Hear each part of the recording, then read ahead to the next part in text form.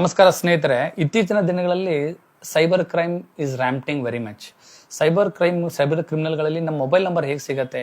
ನೀವು ಯಾವುದೋ ರೀತಿಯಾಗಿರ್ತಕ್ಕಂಥ ಒಂದು ಬಟ್ಟೆ ಖರೀದಿ ಮಾಡಿರ್ತೀರಾ, ಮೆಡಿಸಿನ್ ಖರೀದಿ ಮಾಡಿರ್ತೀರಾ, ಯಾವುದೋ ಒಂದು ಕಡೆ ಟ್ರಾವೆಲ್ ಮಾಡಿರ್ತೀರಾ, ನೀವು ಫೇಸ್ಬುಕ್, ಇನ್ಸ್ಟಾಗ್ರಾಮ್, ಸೋಷಿಯಲ್ ಮೀಡಿಯಾಗಳನ್ನು ಓಪನ್ ಮಾಡಿದ ತಕ್ಷಣ ನಿಮ್ಗೆ ಏನು ಕಾಣಿಸುತ್ತೆ ಅಂದ್ರೆ ಅದೇ ನಿಮ್ಮ ಪ್ರಿಫರೆನ್ಸಸ್ ಬರುತ್ತೆ.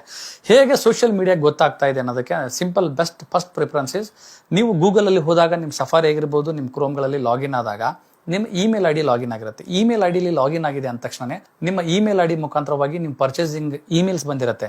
ಹಾಗೂ ನಿಮ್ಮ ಗೂಗಲ್ ಮುಖಾಂತರವಾಗಿ ಗೂಗಲ್ ಕಾಂಟ್ಯಾಕ್ಟ್ಸ್ ಕೂಡ ಸೇವ್ ಆಗಿರುತ್ತೆ. ಗೂಗಲ್ ಕಾಂಟ್ಯಾಕ್ಟ್ ಅಲ್ಲಿ ಸೇವ್ ಆಗಿರ್ತಕ್ಕಂಥ ನಿಮ್ಮ ಎಲ್ಲ ಮೊಬೈಲ್ ನಲ್ಲಿ ಇರ್ತಕ್ಕಂಥ ಗೂಗಲ್ ಕಾಂಟ್ಯಾಕ್ಟ್ಗಳು ಕೂಡ ಸೈಬರ್ ಕ್ರಿಮಿನಲ್ ಇರುತ್ತೆ.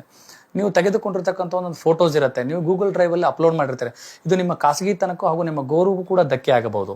ಹಾಗೂ ನೀವು ಮಗದೊಂದು ಸ್ಥಳಗಳಿಗೆ ವಿಸಿಟ್ ಮಾಡಿರ್ತೀರಾ, ಅದರಲ್ಲಿ ಗೂಗಲ್ ಮ್ಯಾಪ್ ಕೂಡ ಲಾಗಿನ್ ಆಗಿರುತ್ತೆ. ಸೊ ಗೂಗಲ್ ಮ್ಯಾಪ್ ಮುಖಾಂತರ ನೀವು ಎಲ್ಲಿ ಪ್ರಯಾಣ ಮಾಡುತ್ತಿದ್ದೀರಾ ಅನ್ನೋದು ಕೂಡ ಸಿಗುತ್ತೆ. ನೀವು ಪರ್ಚೇಸ್ ಮಾಡಿದಾಗ ನಿಮ್ಮ phone pay, Google pay, Paytm ಗಳಲ್ಲೂ ಕೂಡ ನಿಮ್ಮ ಇಮೇಲ್ ಐ ಡಿ ಲಾಗಿನ್ ಆಗಿರುತ್ತದೆ. ಸೊ ಅದರ ಮುಖಾಂತರವಾಗಿ ನಿಮಗೆ ಅವರಿಗೆ ಸೈಬರ್ ಕ್ರಿಮಿನಲ್ಗಳಿಗೆ ನೀವು ಯಾವ ರೀತಿಯಾಗಿರ್ತಕ್ಕಂಥ ವಸ್ತುಗಳನ್ನು ಖರೀದಿ ಮಾಡುತ್ತಿದ್ದೀರಾ ಅನ್ನೋದು ಕೂಡ ಗೊತ್ತಾಗುತ್ತೆ. ಅದರಿಂದ ಮಾನ್ಯ ಸ್ನೇಹಿತರಲ್ಲಿ ನಾನು ತಮ್ಮ ಎಲ್ಲ ಸ್ನೇಹಿತವರ್ಗದ ಹೇಳೋದಂದ್ರೆ ಇಷ್ಟೇ. ಸೊ ಯಾವುದೇ ಕಾರಣಕ್ಕೂ ಕೂಡ ನಿಮ್ಮ ಮೊಬೈಲ್ ನಂಬರ್ನ ಶಾಪಿಂಗ್ ಮಾಲ್ಗಳಲ್ಲಿ ಹೋದಾಗ ನೀವು ಮೊಬೈಲ್ ನಂಬರ್ಗಳನ್ನು ಕೊಡಬೇಡಿ. ಸೊ ಇದು ನಿಮ್ಮ ಖಾಸಗಿತನಕ್ಕೆ ಧಕ್ಕೆ ಆಗುತ್ತದೆ ಹಾಗೂ ಇದು ಸೈಬರ್ ಕ್ರಿಮಿನಲ್ಗಳಿಗೆ ಆಹಾರವಾಗುತ್ತದೆ. ಅದೇ ರೀತಿಯಾಗಿರ್ತಕ್ಕಂಥ ನಿಮ್ಮ ಇಮೇಲ್ ಐ ಡಿನೂ ಕೂಡ ನೀವು ಗೂಗಲ್ ಕ್ರೋಮ್, ಸಫಾರಿ ಬ್ರೌಸರ್ಗಳಲ್ಲಿ ಲಾಗಿನ್ ಆಗಿರಬೇಡಿ.